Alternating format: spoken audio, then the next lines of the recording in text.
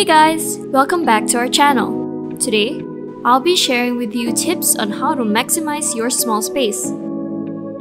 With homes getting smaller, you have to become more creative and think out of the box when it comes to designing your space. Just because you have a tinier floor plan doesn't mean you have to live small.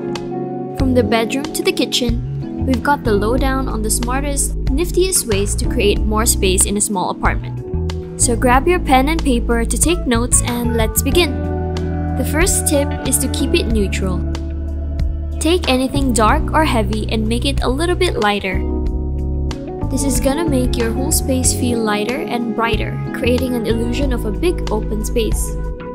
Calm, even-toned rooms reflect natural light and brightens up a space, making it look much wider and spacious than they are. Make sure to add a variety of textures to keep the space from falling flat. Our second tip is to opt for floating carpentries.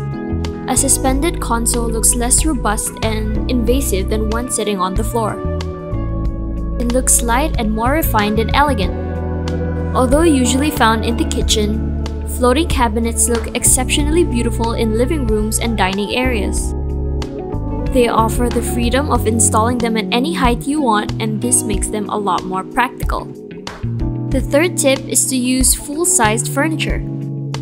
It may seem counterintuitive, but outfitting a small space with just a few large-scale pieces can actually make it feel grander. Resist the urge to push all of your furniture up against the walls. If you create a space behind the furniture, it makes the room look much wider than it is.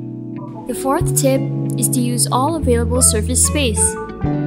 I understand that you need a lot of surface space for storage, but what you don't want to do is to have too much surface space using loose furniture lying around the house. This actually makes the space look very cluttered, and all these small loose furnitures take up a lot of floor space.